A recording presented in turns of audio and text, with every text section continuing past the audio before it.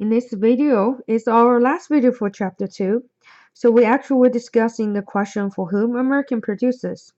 So to answer this question, I have to show you this figure. So this is the US income distribution. So what do you feel? Yes, you will find many interesting things. So you can find that half the pie actually is belonging to richest 50 of the population. So what does that mean? So that means the top 20% of US household actually get half of the US income. And then what do you think? Yes, we have a huge income gap. So because by contrast, the poorest 20% of US household only gets less than 4%. So that is the complaint coming from every aspect in every aspect in the US. So how we have such a huge income gap and how can we close it? So even we have a huge income gap, compared with other countries, we are still doing much better job.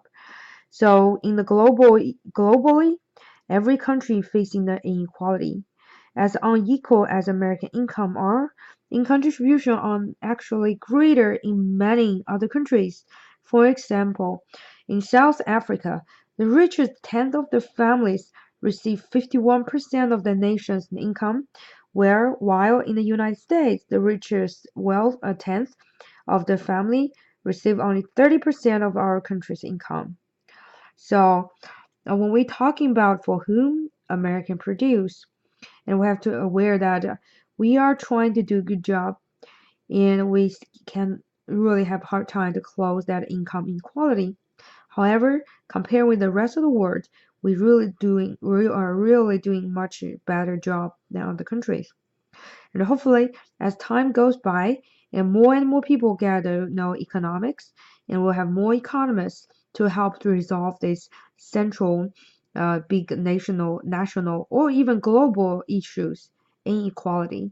And so, hopefully, everybody work hard and they will get what they deserved and live a happy life. So that's the end of this chapter, chapter 2. And in next chapter, we will learn the supply and the demand.